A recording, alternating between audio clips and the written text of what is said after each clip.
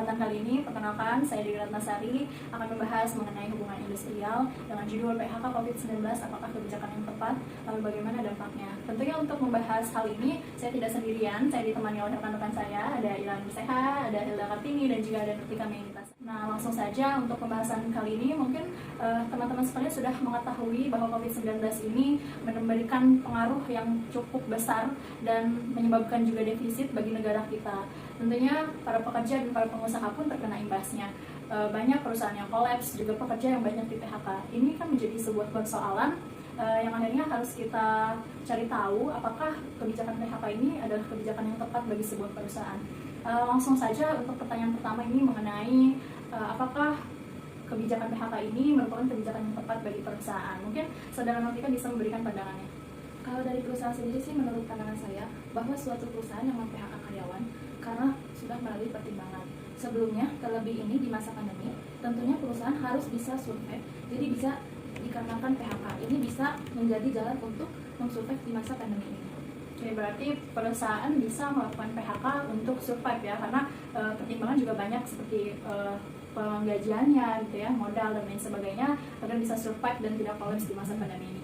Lalu untuk pertanyaan selanjutnya itu, apakah saudara mengetahui sektor apa saja yang terkena imbas sehingga melakukan PHK kepada karyawannya? Jadi di sini banyak perusahaan yang melakukan PHK di industri. Contohnya ada industri otomotif, perusahaan jasa, garmen, dan lain sebagainya. Contohnya seperti perusahaan Gojek. Nah, perusahaan Gojek ini yakni mem-PHK di bagian Meses, GoClean, GoFood Festival, dan 430 mitranya di PHK, dan masing-masing sudah mendapatkan pesangon. Oke, berarti ketika perusahaan melakukan PHK itu harus disertai dengan pemberian pesangon sebagai hak daripada karyawannya begitu ya. Oke, itu kan dari perspektif perusahaan. Nah, kalau dari perspektif pekerja nih, bagaimana sih, apakah PHK yang dilakukan ini sudah sesuai aturan atau belum? Mungkin saudara Hilda bisa memberikan pandangannya mengenai hal ini. Menurut saya ada sebagian yang sudah, ada sebagian yang belum. Karena karyawan mendapatkan kompensasi dan dapat uang pesangon dari perusahaan mereka kerja. Oke, nah lalu setelah di PHK ini rata-rata bagaimana sih mereka itu menerima atau mengajukan tuntutan atau bagaimana gitu setelah menjadi korban PHK ini? Kebanyakan mereka sih menerima dari perusahaan tersebut ya, dan mereka mendapatkan pesangon dari hasil kerjanya. Lalu beralih profesi seperti membuka usaha kecil-kecilan atau profesi yang lainnya. Lalu adakah perusahaan yang mem-PHK dan tidak memberikan pesangon terhadap karyawannya? Menurut saya itu telah melanggar undang-undang yang berlaku ya, karena mereka akan menuntut kepada ketenaga kerjaan perusahaan agar bisa bertanggung jawab atas. Oke, berarti di masa pandemi kali ini ada juga yang mem-PHK lalu tidak memberikan pesangon, sehingga itu menyebabkan para karyawan itu menuntut ke tenaga kerjaan gitu ya. Oke, nah ini ada pihak ketiga yang harus kita ketahui, yaitu pihak pemerintah sebagai pengawas. Nah, bagaimana sih upaya pemerintah untuk membantu korban PHK supaya mereka tetap bisa melanjutkan hidupnya begitu, sedangkan mereka pun kehilangan pekerjaan? Berdasarkan data yang saya dapati dari CNN Indonesia, Badan Perencanaan Pembangunan Nasional mengatakan bahwa terdapat 2-3,7 juta orang atau pekerja yang kena PHK di masa pandemi ini. Nah, setelah kita melihat banyaknya korban-korban PHK, tentunya pemerintah tidak tinggal diam, atau pemerintah juga melakukan upaya, yaitu beberapa upayanya. Salah satunya yaitu, yang pertama itu membuat kartu prakerja. Nah, yang kedua itu memfasilitasi insentif untuk korban PHK.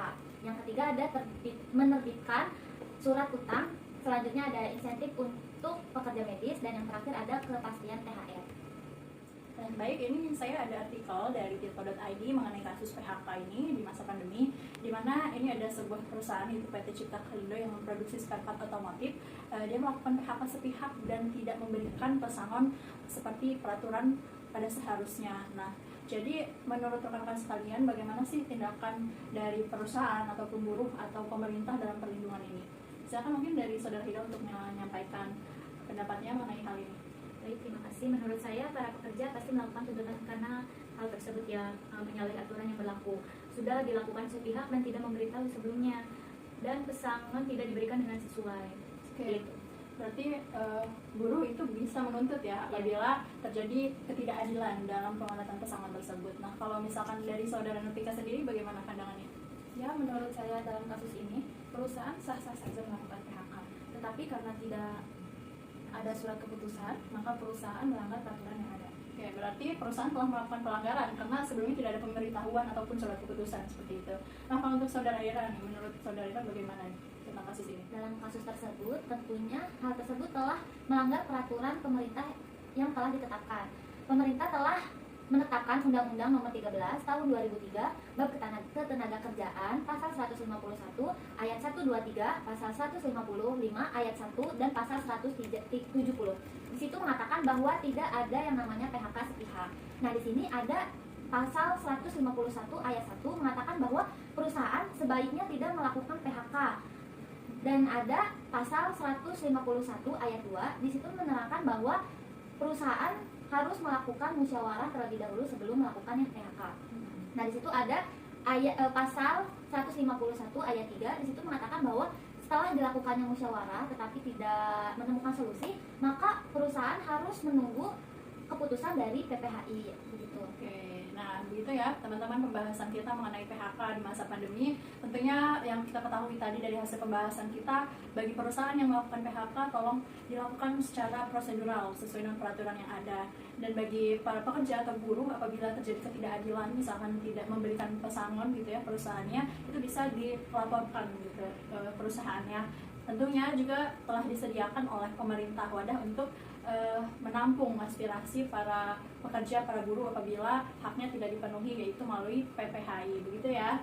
Oke, jadi sekian pembahasan kita kali ini. Terima kasih, semoga video ini bermanfaat untuk teman-teman semua. Wassalamualaikum warahmatullahi wabarakatuh. Waalaikumsalam.